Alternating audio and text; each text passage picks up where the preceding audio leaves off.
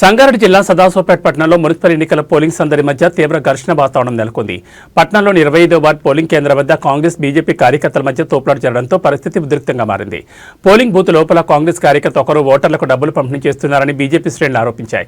ఈ క్రమంలో బీజేపీ రాష్ట్ర మహిళా అధ్యక్షురాలు జయశ్రీ స్వయంగా సదరు కార్యకర్తను డబ్బులు పంచుతుండగా పట్టుకున్నారు. ఎన్నికల నిబంధనలను తొంగలు తొక్కి అధికారులు ముందే ఇలాంటి అక్రమాలకు పాల్పడడంపై ఆమె తీవ్ర ఆగ్రహం వ్యక్తం చేశారు. ఈ పరిణామంతో పోలింగ్ కేంద్రం వద్ద ఒక్కసారిగా గందరగోళం మొదలైంది. బీజేపీ కాంగ్రెస్ నాయకులు ఒకరిపై ఒకరు వాగ్వాదానికి దిగారు. ఇది కాస్త తోపులాటగా మారడంతో ఓటర్లు భయాందోళనకు గురయ్యారు. పోలీసులు వెంటనే రంగప్రవేశం చేసి పరిస్థితిని అదుపులోకి తెచ్చే ప్రయత్నం చేశారు. పోలింగ్ బూత్ లోపలికి డబ్బులు ఎలా వచ్చాయని, అక్కడున్న సిబ్బంది ఏం చేస్తున్నారని బీజేపీ నాయకులు జయశ్రీ అధికారులను నిలదీశారు.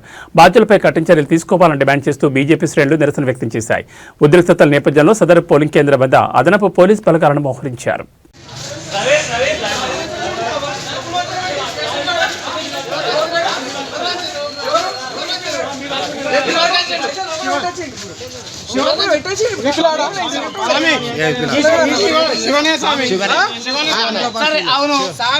డబ్బులు గూగుల్ పే ఫోన్ పే